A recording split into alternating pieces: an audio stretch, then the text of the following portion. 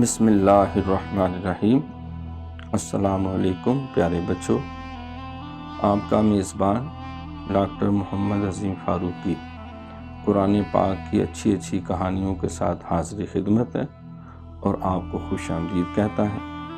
آج میں آپ کو اللہ تعالیٰ کے ایک انتہائی برگزیدہ پیغمبر حضرت داؤد علیہ السلام کی کہانی سناتا ہوں۔ تو پیارے بچوں، حضرت داؤد علیہ السلام آپ حضرت عیسیٰ علیہ السلام کی ولادت باسعادت سے تقریباً 1000 سال پہلے فلسطین میں پیدا ہوئے۔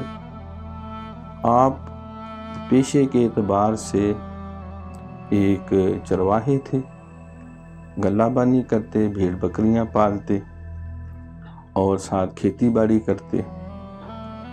آپ حضرت یعقوب علیہ السلام کے ایک بیٹے حضرت جو یہودا تھے، آپ ان کی نسل سے تھے، کیونکہ حضرت یعقوب علیہ السلام کے 12 بیٹے تھے۔ شمعون تھا، لاوی تھا، یہودا تھا، جاد تھا، نفتالی تھا، زبولون تھا، یوسف علیہ السلام بھی تھے، بنیامین۔ تو ان کی جتنی اولاد ہے ان کو بنی اسرائیل کہتے ہیں۔ بنی اسرائیل حضرت یعقوب علیہ السلام کا لقب تھا۔ تو اللہ نے ان کے 12 بیٹوں سے بہت سارے آگے اولاد پیدا کی، بڑے ان کے پوتے، دوتے، پوتیاں، دوتیاں بہت زیادہ ہوئی۔ تو آپ حضرت یعقوب علیہ السلام کا جو بیٹا یہودا تھا اس کی اولاد سے تھے۔ تو ہوا یہ کہ ایک بہت بڑی جنگ جو ہے قوم عمالقہ کے ساتھ، جو بنی اسرائیل کو ختم کرنے کے لیے بہت بڑی فوج تیار ہوئی، اور ان کا سپہ سالار تھا جالوت۔ تو اللہ تعالیٰ کے حکم سے اس کے مقابلے کے لیے جو بنی اسرائیل والوں کی فوج تیار ہوئی، اس کا سپہ سالار تھا طالوت۔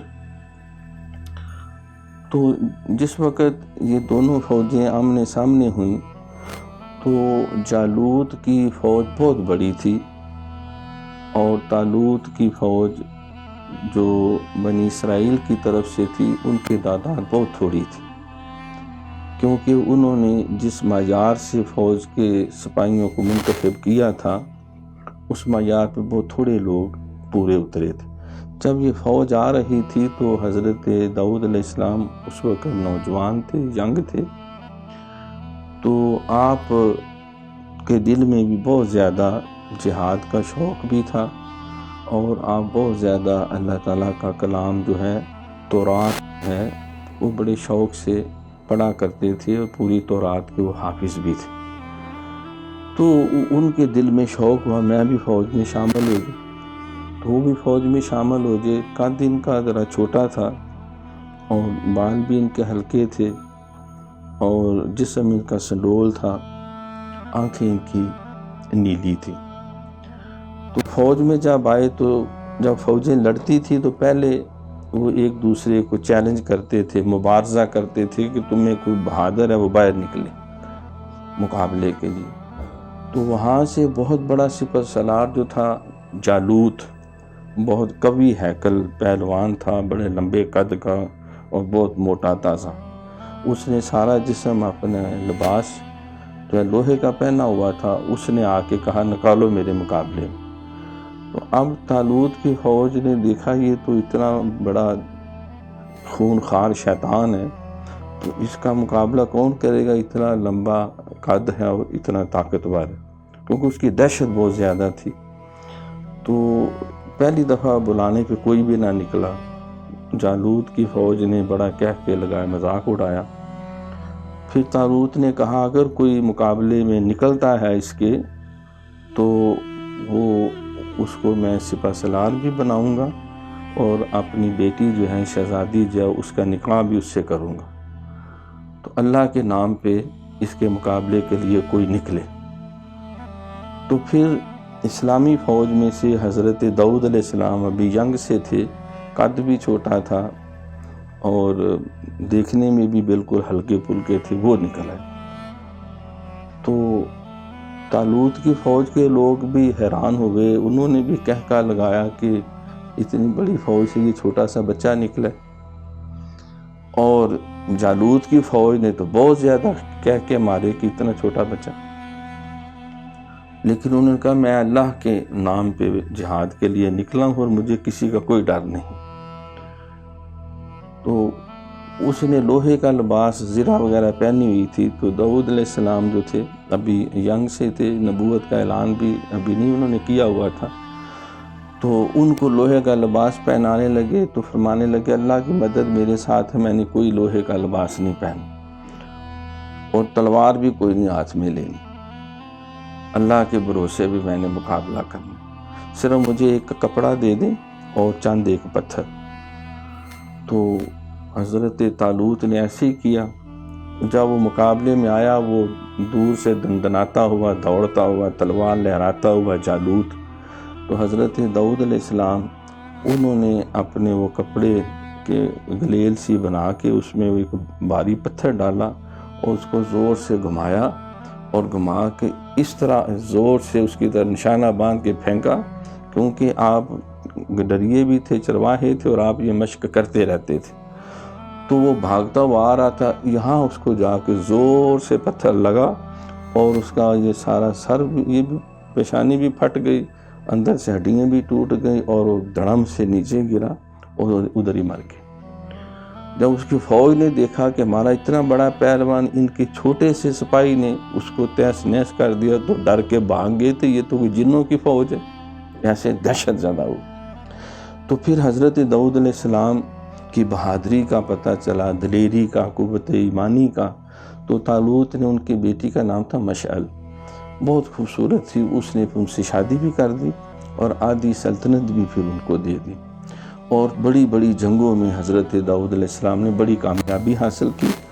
تو پیارے بچوں، طالوت کے وفات کے بعد سارے بنی اسرائیل نے حضرت داؤد علیہ السلام کو اپنا حکمران بنا لیا، اب دونوں ریاستیں اکٹھی ہو گئیں، اور اس میں عراق کا علاقہ بھی تھا، شام بھی تھا، مصر بھی تھا، کنعان بھی تھا، فلسطین بھی، یہ سارے علاقوں میں۔ تو حضرت داؤد علیہ السلام کو اللہ تعالیٰ نے بہت زیادہ جسمانی طاقت بھی عطا کی تھی اور بہت زیادہ ایمانی طاقت بھی عطا کی تھی۔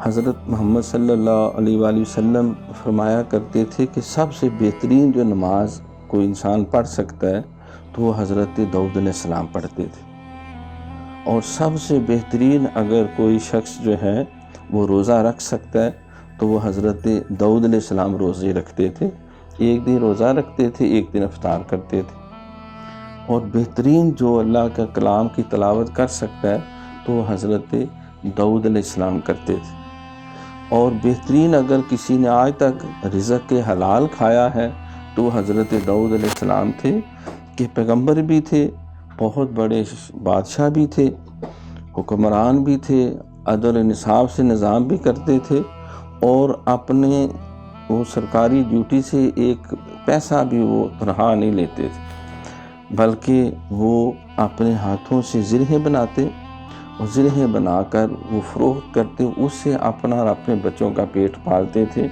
سرکاری خزانے سے، بیت المال سے ایک روپیہ بھی وہ نہیں لیتے تھے۔ تو حضرت ابو موسیٰ اشعری نبی پاک صلی اللہ علیہ وسلم کے ایک صحابی تھے، بہت اچھا وہ قرآن پڑھتے تھے، تو حضور فرمایا کرتے تھے کہ تمہارے گلے میں تو جس طرح داؤد علیہ السلام کا گلا ہے، تو یہ لحن داؤدی جو ہے نا یہ بہت مشہور ہے۔ تو حضرت داؤد علیہ السلام جو ہے اللہ نے ان کو ایسی قوت و طاقت عطا کی تھی کہ بڑی بڑی فوج کے سامنے بھی وہ ڈٹ جاتے، پھر اللہ کی اتنی بہترین وہ عبادت کرتے تھے، اتنی اچھی وہ تلاوت کرتے تھے، ان پہ اللہ نے کتاب نازل فرمائی زبور، جس میں بہت سارے اللہ کی حمدیں تھیں، بہت ساری اللہ کی ثنا تھی، اور جس وقت وہ پڑھتے تھے تو گویا کہ ہوائیں رک جاتی تھیں، اور پرندے دوڑ دوڑ کے آ کے وہ بھی بیٹھ جاتے، اور درندے بھی آ جاتے، جانور بھی، بھیڑ بکریاں بھی، اونٹ بھی، وہ بھی بیٹھ جاتے، اور پہاڑ وہ بھی ان کے ساتھ جو ہے جب وہ تلاوت کرتے تو وہ بھی جھوم جھوم کے جو ہے ان کے ساتھ وہ بھی اللہ تعالیٰ کی حمد کرتے، ان میں مصروف ہو جاتے۔ تو حضرت داؤد علیہ السلام جو ہیں انہی کے صاحبزادے جو ہیں حضرت سلیمان علیہ السلام ہیں. آپ کے بعد پھر وہ بادشاہ بنے اور ان کی حکومت جنوں پر بھی تھی، انسانوں پر بھی تھی، ہواؤں پر بھی تھی، اور وہ ان کی حکومت پرندوں پر، درندوں پر، چرندوں پر.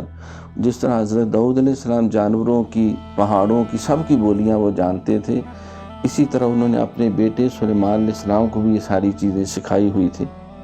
تو ایک دفعہ ایسا ہوا کہ حضرت داؤد علیہ السلام اپنے محل میں تھے، گھر میں تھے، تو دیوار پھلانگ کر 2 شخص آئے.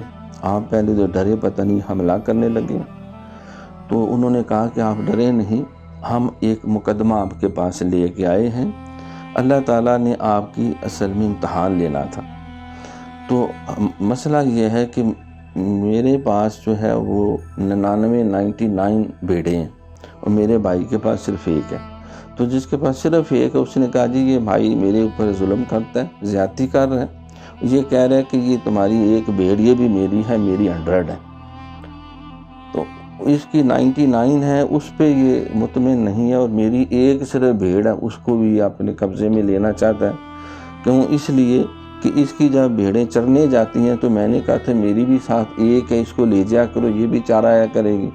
تو یہ کچھ عرصے سے ساتھ ہی چار رہی ہے، تو کہہ رہا اب تیری نہیں، یہ تو میری ہے، میں اس کا مالک ہوں. تو حضرت داؤد علیہ السلام بڑے ناراض ہوئے، کہا کہ یہ تو بالکل زیادتی ہے، تمہیں چاہیے کہ فوراً جو ہے اس کی 1 بھیڑ واپس کرو. تو اس پہ پھر اس شخص دوسرے نے کہا جی دیکھو آپ نے ایک بندے کی بات سنی ہے تو میری تو پہلے سنیں. فریقین کی بات سن کے فیصلہ ہوتا ہے نا، کہ میں اپنا موقف سناؤں. اس وقت پھر حضرت داؤد علیہ السلام کو احساس ہوا کہ اللہ نے میرا امتحان لیا ہے، اور فوراً وہ سجدے میں گرے اور اللہ سے معافی مانگی، توبہ کی کہ مجھے چاہیے تھا دونوں کی بات سننے کے بعد میں فیصلہ کرتا. تو اللہ سے بہت زیادہ وہ ڈرنے والے بھی تھے، عبادت کرنے والے بھی تھے، اور پھر انہوں نے کہا کہ مولا میرے پاس جو کچھ ہے سب کچھ دیا ہوا تیرا ہے. تو اللہ کا بہت شکر بھی ادا کرتے تھے. تو اس طرح اللہ تعالیٰ نے حضرت داؤد علیہ السلام کو جو ہے وہ نبوت بھی عطا کی، حکمرانی بھی عطا کی، عدل و انصاف بھی عطا کیا، اور اپنے بہترین نبیوں میں ان کو شامل فرمایا، اور انہیں زبور مقدس بھی عطا فرمائی. تورات کے پہلے وہ حافظ تھے.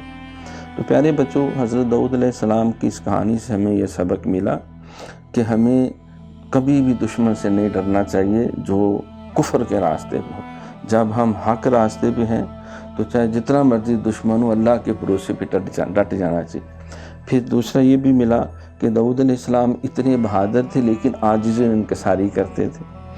بہت بڑے بادشاہ تھے لیکن رزق حلال کھاتے تھے. بہت زیادہ حکومت تھی لیکن اللہ کی عبادت بھی کرتے تھے بہترین، اور روزے بھی بڑے رکھتے. تو لہٰذا ہمیں بھی ایسے پاک لوگوں کی طرح ایک پاک زندگی گزارنی چاہیے. تو پیارے بچوں، آج آپ کو حضرت داؤد علیہ السلام کی کہانی سنائی. اگلے پروگرام تک کے لیے اپنے میزبان ڈاکٹر محمد عظیم فاروقی کو اجازت دیجیے.